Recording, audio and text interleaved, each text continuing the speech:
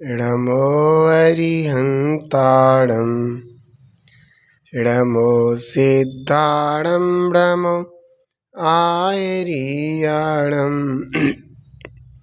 नमो वच्छायाणं नमो लोये सवसाहुणम्।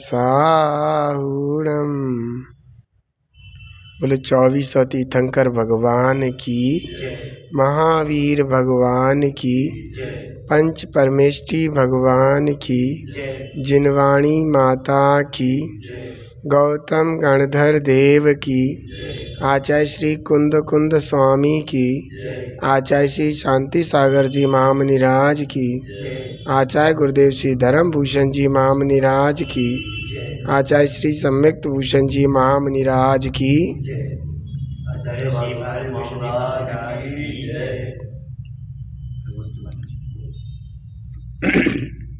विषय रत्नकंठ शाकाचार्य जी का चल रहा है। इस महान ग्रंथ के रचयिता आचार्य श्री समंत भद्र स्वामी हैं। उन्होंने इस ग्रंथ को रचकर श्रावकों पर जो उपकार किया है वो अति महान है, क्योंकि जैन कुल में पैदा हो जाना और जैन कुल के अनुसार हो जाना, इन दोनों में बहुत फर्क है। कोई भी जैन कुल में जन्म तो ले सकता है, लेकिन जैन धर्म और जैन कुल के अनुकूल चलना, यह तो उसके अपने सामर्थ्य और प्रयास की बहादुरी है। यहाँ पर आचार्य समंत भद्र स्वामी ने स्पष्ट किया है कि हम जैन कुल में उत्पन्न होने के उपरांत जैन कैसे हो सकते हैं। तो इस ग्रंथ में सबसे पहला अधिकार दिया सम्यक दर्शन अधिकार।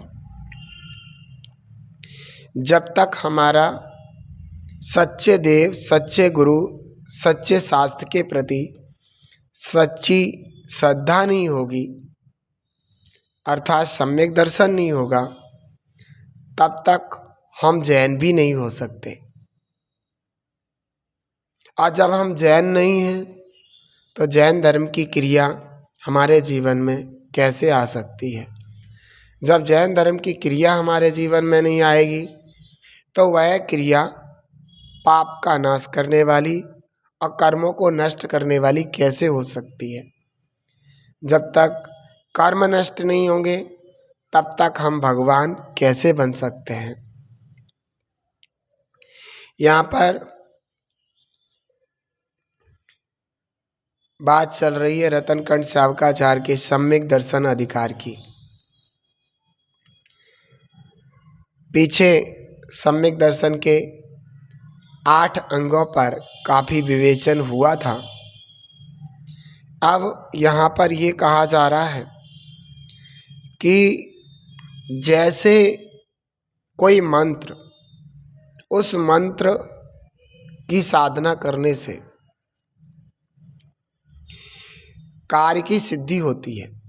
अगर उस मंत्र से एक अक्षर निकाल दिया जाए, न्यून कर दिया जाए, तो वह मंत्र अपने कार्य में सिद्ध नहीं हो सकता। वह हमें वह कार्य की सिद्धि नहीं करा सकता। वैसे ही बताया है कि जो सम्यक दर्शन होता है वो 8 अंगों से सहित होता है। निसंकेत आदि 8 अंग जो सम्यक्त के हैं, 8 अंग कहो, 8 गुण कहो, अगर उन 8 अंगों में से एक भी अंग कम है तो वह सम्यक्त हमें मोक्ष रूपी सिद्धि को प्राप्त कराने में कारण नहीं बन सकता, हमारा कार्य नहीं कर सकता। तो यहाँ पर श्लोक नंबर 21 है, इसमें अंगहीन सम्यक दर्शन की क्या दशा होती है वो बताया जा रहा है। नांगयेन मलं चेत्तुम दर्शनम जन्म संततिम न हि मंत्रोक्षर न्यूनो निहंति विषवेदनाम। यहाँ पर आचार्य भगवान कह रहे हैं जैसे वास्तव में अक्षर न्यून मंत्र, एक अक्षर से भी कम मंत्र, अर्थात जिस मंत्र में एक भी अगर अक्षर कम है तो वह मंत्र विष वेदनाम न निहंती, वह मंत्र विष की वेदना को नष्ट नहीं कर सकता। जैसे विष की वेदना को हरण करने वाला, विष की वेदना को दूर करने वाला कोई मंत्र है और उस मंत्र की शक्ति से विष की वेदना खत्म हो जाती है। कहते जैसे विष की वेदना को नष्ट करने वाला वह मंत्र, उसमें से अगर एक भी अक्षर कम कर दिया जाए तो वह मंत्र विष की वेदना को हरण नहीं कर सकता। उसी प्रकार कह रहे हैं अंगहीनम, 8 अंगों में से एक भी अंग सम्यक्त का अगर कम हुआ तो दर्शनम, वह सम्यक दर्शन, जन्म संततिम, संसार परंपरा को, संसार के दुखों को छेत्तुम, नष्ट करने के लिए अलम न, समर्थ नहीं है, वह समर्थ नहीं हो सकता। जैसे विष की वेदना को हरण करने वाला वह मंत्र, उसमें से एक अक्षर भी कम कर दिया जाए तो वह मंत्र विष की वेदना को खत्म नहीं कर सकता। ठीक उसी प्रकार से ये जो सम्यक दर्शन है वो 8 अंग, उसकी ताकत है, शक्ति है। अगर 8 अंग रूपी शक्ति में से एक भी अंग रूपी शक्ति को कम कर दिया जाए या उसे पाला ना जाए, अपने जीवन में ना लाया जाए तो वह सम्यक तो नहीं रहेगा और वह संसार की जो वेदना है, दुख है, तकलीफ है, उनको नष्ट न कर सकेगा। भव्य जीवो, सम्यक दर्शन के 8 अंग पीछे बताए थे। जैसे पहला ही अंग है निसंकित, अगर हम सच्चे देव सागुरु और उनके बताए गए वीतरागी जिन धर्म के प्रति शंका करेंगे, हमें विश्वास नहीं होगा, तो बताओ सम्यक तो कैसे ठहरेगा।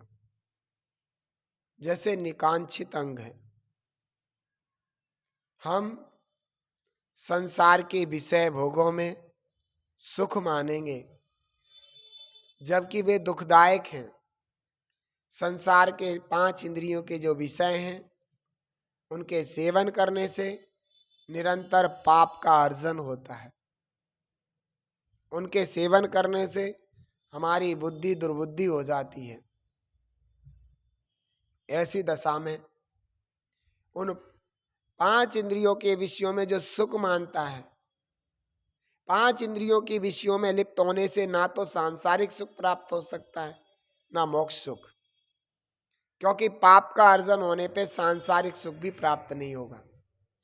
ऐसे और विषयों में पड़े रहने से, विकल्पों में पड़े रहने से मोक्ष सुख की साधना भी नहीं हो सकती। ऐसे 5 इंद्रियों के भोग विलासों में अगर हमारी मान्यता सुख की है कि इनसे मुझे सुख प्राप्त होगा, तो निश्चित रूप से समझिए वह निकांक्षित अंग खत्म हो गया। और उसके खत्म होने से सम्यक तो कैसे ठहरेगा।